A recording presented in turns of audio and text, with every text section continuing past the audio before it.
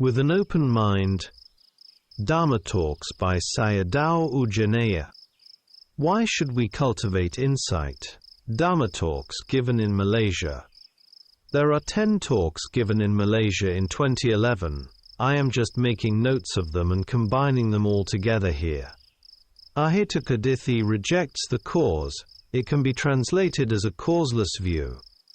Natikadithi rejects the result or effect, a non-result view. Akhiriyadithi rejects the law of karma. It rejects both cause and result. Identity view, Sakayaditti, arises by clinging to the 5 aggregates khandha. Self-view, Attaditti, arises by clinging to concepts, panati. They arise together, and the mind that takes them as mental factors of the mind is influenced and controlled by them. Consciousness, Vijnana, is special knowing. Knowing of what? Feeling, perception and mental formations. These are known by consciousness through differentiation. Wisdom or discernment, Panna, is knowing through analysis, such as the 4 Noble Truths, dependent co-origination, and the 3 universal characteristics, etc. People with ordinary merits and perfections are unable to rely on and take refuge in the teachings of the Buddha, who possesses great merits, power, perfection and holiness. They also cannot encounter him or remain under his influence. Therefore, you all have merits and perfections. Therefore, you must succeed in your practice. This is not mere encouragement. Note, how many Buddhists are there around the world? It is far fewer than adherents of any other belief. Even among these few Buddhists, true Buddhists are rarer still. You cannot count the Chinese population alone as Buddhists. The majority of them are deity worshippers who only have faith in and take refuge in external powers. If they declare themselves as Buddhists, it is often in name only. Why? Because deities and external powers are regarded as more important than the law of karma. Even the Buddha cannot help everyone. He can help only beings who possess good merits and the appropriate potential. Buddhists who have noble qualities should cultivate them, rather than merely seeking the fulfillment of prayers and wishes. Therefore, they should understand the 5 noble qualities taught in the suttas, Saddha, Sila, Sutta, Kaga and Panna, and cultivate them in daily life. This leads to the 7 noble treasures, the becoming of a noble person, and the ending of dukkha. Buddhists who wish to examine whether they possess merits and perfections can do so without difficulty if they have knowledge of the suttas. There are 2 suttas relevant to this topic: the 8 faults of inopportune moments, A in 8.29, Akana Sutta, and the 5 rarities, A in 5.143, Sarandada Sutta. I would also like to refer to a Dhamma talk by Mogok Sayadaw, Part 14, The 5 Rarities, the 5th to the 7th of April 1962. Contemplation of painful feeling does not imply self-mortification, rather, it is to understand the nature of Vedana. This explanation is related to criticism of a lay teacher who taught Dhammanupassana Satipatthana while overemphasizing it on the middle way. Sayadaw Jhaneyya did not accept this approach. Sayadaw Jhaneyya continued to discuss Tai-in Gu Yogi's experiences during Anapanasati meditation. See my translation of Jhaneyya's teachings. At the beginning of practice, both body and mind are painful. With extensive contemplation, the body may remain painful, but the mind does not. The yogi is then able to contemplate and understand the nature of feelings as painful and as disappearing. Pain arises and passes away. As Mogok Sayadaw said, if you discern anicca, you are no longer concerned with Vedana. There are 4 types of full awareness: sampajana, full awareness of the purpose of one's actions, full awareness of the suitability of one's means, full awareness of the domain, that is, not abandoning the subject of meditation, and full awareness of reality. If types 1, 2 and 3 are developed and completed, type 4 will arise. That is, 1, 2 and 3 are the causes for 4. Continuing on the subjects of atta and anatta, people with few kilesa, defilements, perform actions for the welfare of human beings and the world. Because of fools and bad people, there are problems and suffering in the world.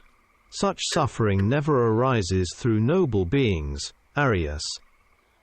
Someone with sharp wisdom who becomes an arahant in a single sitting also begins from the lower path knowledges, but passes through them too quickly to be discerned one by one.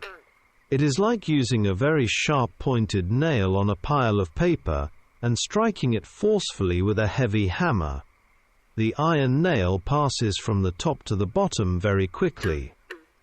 Mention is made of experiences of the 4 elements in practice.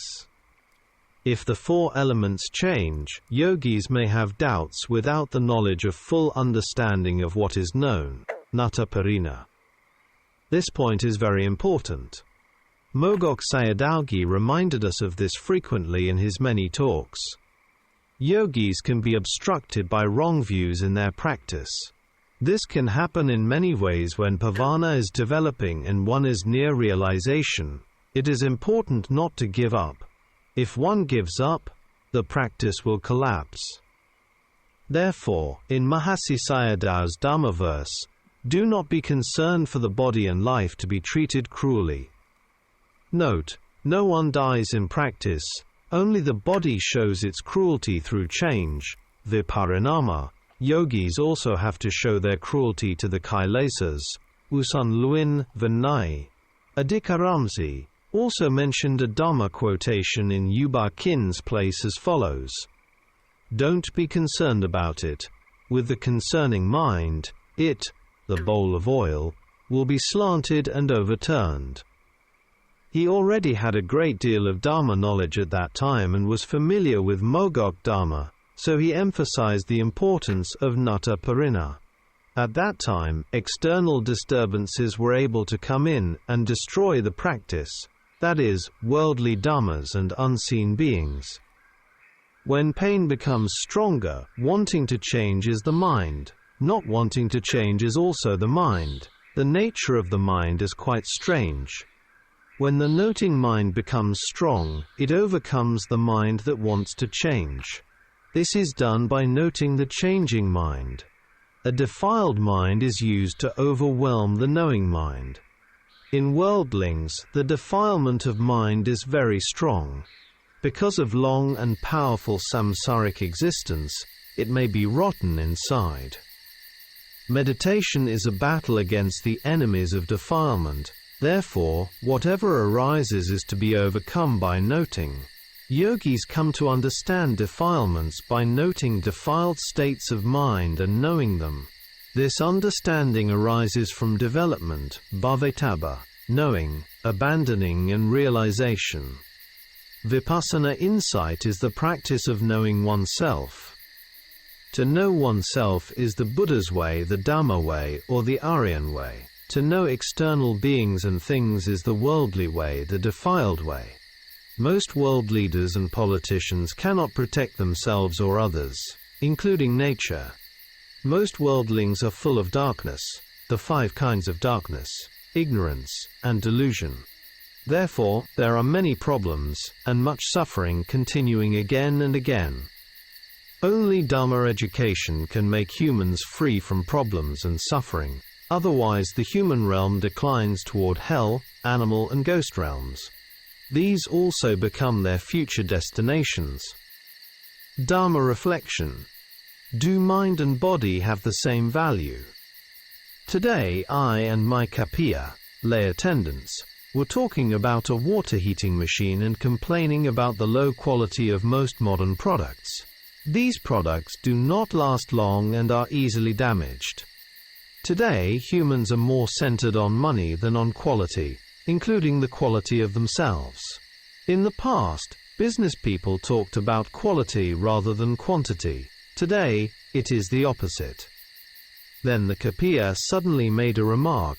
Even the body can die at any time. Why should the machine not break? He missed my point, so I responded. If you take the body and the mind as having the same value, you will never progress. This point is very important for humans to contemplate thoroughly, for their own welfare, for others, and for nature.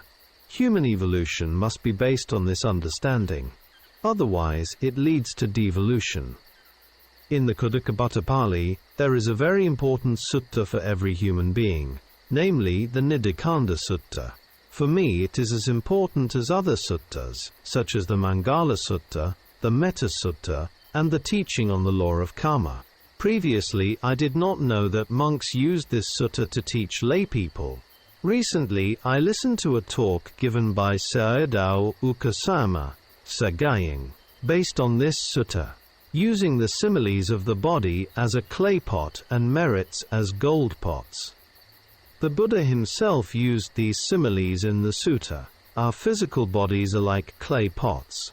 The merits referred to here are dana, sila, samadhi, and panna, which correspond to the 4 gold pots.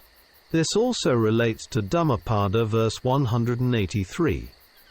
The non-doing of all evil, the cultivation of what is wholesome, the cleansing of one's own mind, this is the teaching of the awakened ones, all Buddhas.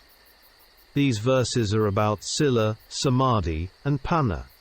The 4 gold pots are connected to the 5 noble growths, Saddha, Sila, Sutta, Kagga, and Panna.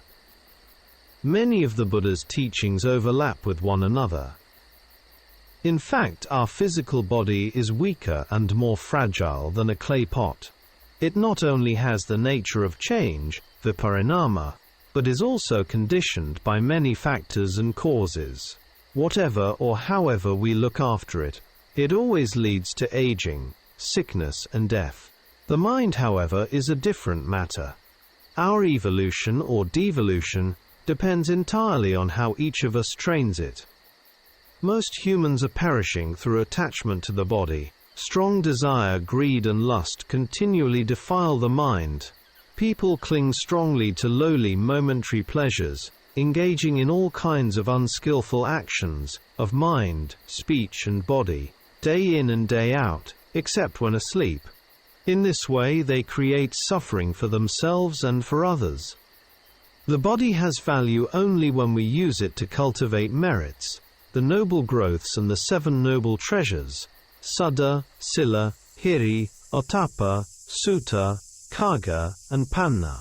Otherwise, it has no real value at all, bringing only troubles, problems and suffering.